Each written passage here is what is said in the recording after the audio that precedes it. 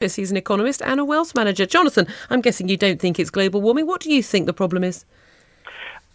Before I answer that, if I can just very briefly say, whatever the problem is, I suspect the new Doctor Who will probably solve it. Whether it's a man or a woman. Well, indeed. Indeed. That is one of the major questions of our time. The biggest problem, as I see it, Jenny Jones may be right, the Green crowd might be right, the ecologists, but that's not going to happen for another decades at least. The biggest problem, surely, is practically everything that you made in your list there. And it's all to do with the economy. You said, I might say it's the economy, stupid.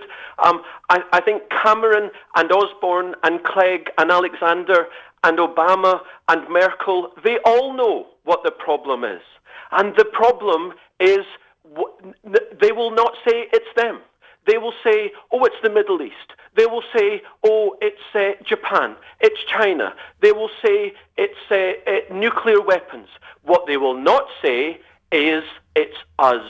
It's the politicians themselves who have brainwashed the people into believing that we can borrow, in the UK's case, £100 billion every year and never have to repay it.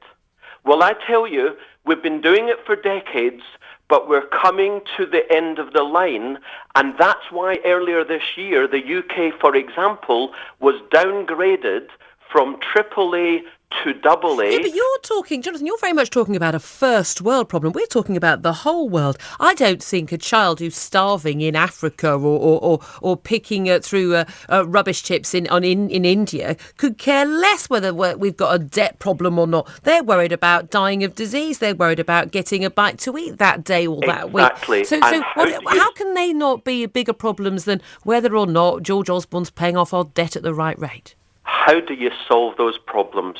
What you do is you get the politicians to do things properly as opposed to always thinking of the next election.